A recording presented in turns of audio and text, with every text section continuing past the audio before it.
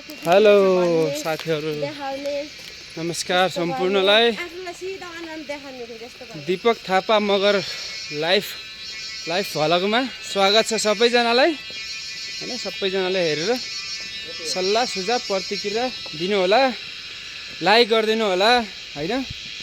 हामी चाहिँ आज शिवपुरी नागार्जुन राष्ट्रिय निकुञ्जबाट पैदल यात्रा 4.5 किलोमिटर तय गरेर हामी चाहिँ फर्किँदै गरेको अवस्था छ। यहाँ बिचमा आउँदाखेरि यहाँनिर चाहिँ बेस क्याम्प छ आर्मीको। त्यहाँदेखि पनि हामी झर्दैछौँ है। सबैजनाले हेरेर साथ दिनु होला। अहिले चाहिँ हाम्रो सिकारी कुकुर पनि छ यहाँ अहिले हाम्रो साथमा।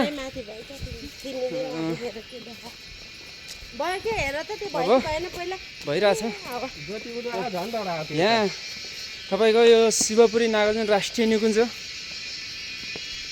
विश्वकै होइन, विश्वभरिबाट नजिकको राष्ट्रिय निकुञ्ज र यो भन्नुपर्दा 159 वर्ग किलोमिटर क्षेत्रफलमा फैलिएको छ र यहाँ विभिन्न किसिमको जीवजन्तुहरू, वन्यजन्तु लगायत चराचुरुङ्गीहरू देख्न पाइन सकिन्छ। अजिङ्गर, सर्पहरू, चितुवाहरू, बाँदरहरू लगायत स्यालहरू समेत देख्न सकिन्छ है। हामीसँग छ अहिले सिकारी कुकुर, हामीलाई अहिले साथ दिइरहेको छ। बाटो गाइड गरिरहेको छ, अहिले बाटो पनि चिनाइरहेछ भइरहेछ। यसरी हामी 4.5 किलोमिटरको पैदल यात्रा गरेर लगभग इन्डिङ पोइन्टमा आउन लागिसकेको अवस्था छ अहिले।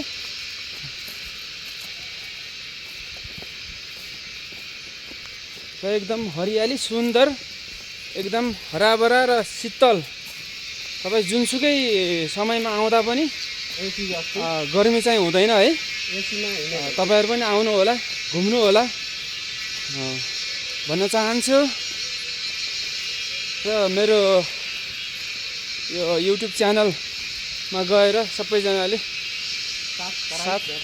साथ सपोर्ट गरिदिनु होला। र जस्तो लाग्छ त्यस्तै सल्लाह सुझाव र प्रतिक्रिया पनि जनाइदिनु होला र लाइक पनि गरिदिनु होला भन्दै मेरो युट्युब भ्लगबाट होइन बिदा हुन चाहन्छु। हस् त, धन्यवाद। जय नेपाल।